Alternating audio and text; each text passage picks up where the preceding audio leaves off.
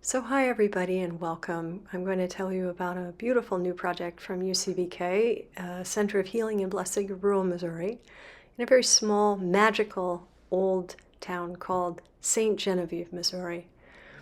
So UCBK has a special project running there to create an oasis of healing and blessing for the whole community and the area. This involves 4 disparate elements, which I'm going to explain about: the historic schoolhouse, a family history of healing, an extraordinary local woman, and a holy shrine to Mother Mary. How did all these come together? How did we get here? Well, for that, we're going to have to go back to Ste Genevieve. Ste Genevieve is a historic town, the oldest town west of the Mississippi River, founded in 1735. It's a quaint, touristed town with tons of old French colonial architecture, old buildings, restaurants, cafes, art galleries, and antiquing, as well as historic houses that attract a lot of tourists every year to see the old French homes and the architecture there. It's also a lot of natural beauty, given that it's located in the foothills of the Ozark Mountains. In the center of town, you'll find the Catholic Church, as all French villages had churches at the center. It was built in the 1800s. Very divine, mystical, spiritual place. It was always interesting to me that Catholicism had so many female saints like Jeanne d'Arc, of course the presence of Mother Mary and her power, and even Ste Genevieve, for whom the town is named, the patron saint of Paris. At the beginning of this, I mentioned 4 disparate elements, and here is one of them, which is that in Ste Genevieve, I have a personal family history of healing. This is my family. We moved to Ste Genevieve when I was 7 years old, and that's me at 9 years old. And this is my dad, and my dad and me. So my father was a local surgeon who served for about 20 years the Ste Genevieve community. He not only was a surgeon, but he was on ER duty and also chief of staff at the county hospital there, which was founded in the late 60s. He saved hundreds and hundreds of lives over his career. And yes, he was also quite a character. His name is still a little bit known and revered in the town, along with many physicians of his era. This is from a wall in the hospital. So in Ste Genevieve also, in September of 2024, I had a little bit of a date with Dharma.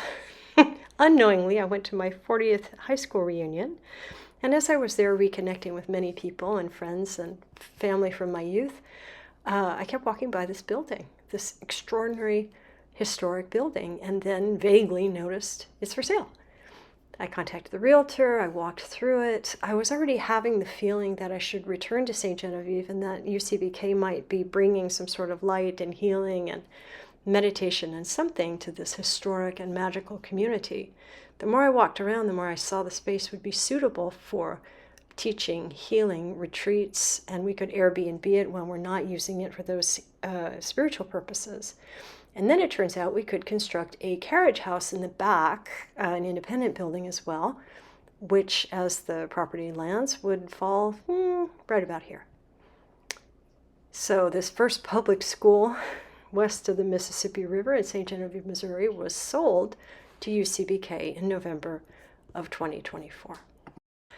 And so our vision is to bring a kind of oasis of healing and blessing, presence of Divine Mother and Jesus, and linking the Vedic tradition of India and the healing technologies there to pour it into this lovely magical community and enhance its already gorgeous divine capability. In the same ways that we've been able to bless and uplift our community in Los Angeles and in our center at El Cajon in California, sacred to Divine Mother and of course to Jesus as well, pouring the mysticism and the light and really creating a beacon of blessing in this local community that so deserves it. And so there's yet this other element coming together here, an extraordinary woman, a local lady who lived in Ste Genevieve in the 1800s called Pélagie Amoureux, who was a former slave who had married a French colonial landowner named Benjamin Amoureux. That was their home. They had many decades of a divine romance, many children, of whom there are many descendants still today. And it was Pélagie's inspiration and funding that made the first school come to life. She had it built. And from the 1880 to about 1920, I think, it was a public school for Black children. Very, very special place in the community.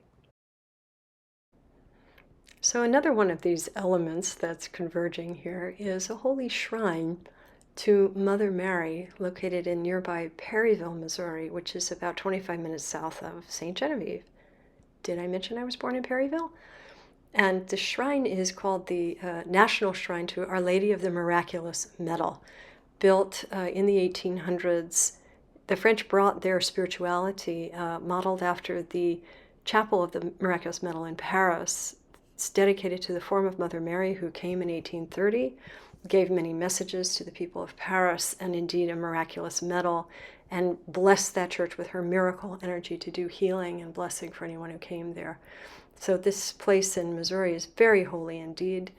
It's a huge Catholic national shrine. There's this gorgeous area going toward a grotto outside, which has the miraculous Mary there. There are whispers that she has appeared in form there.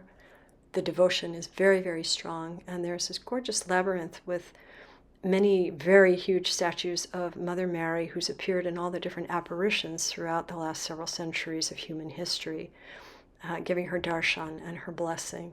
It's an incredibly holy place and seems perfect to bring spiritual students interested in the Mother on retreat.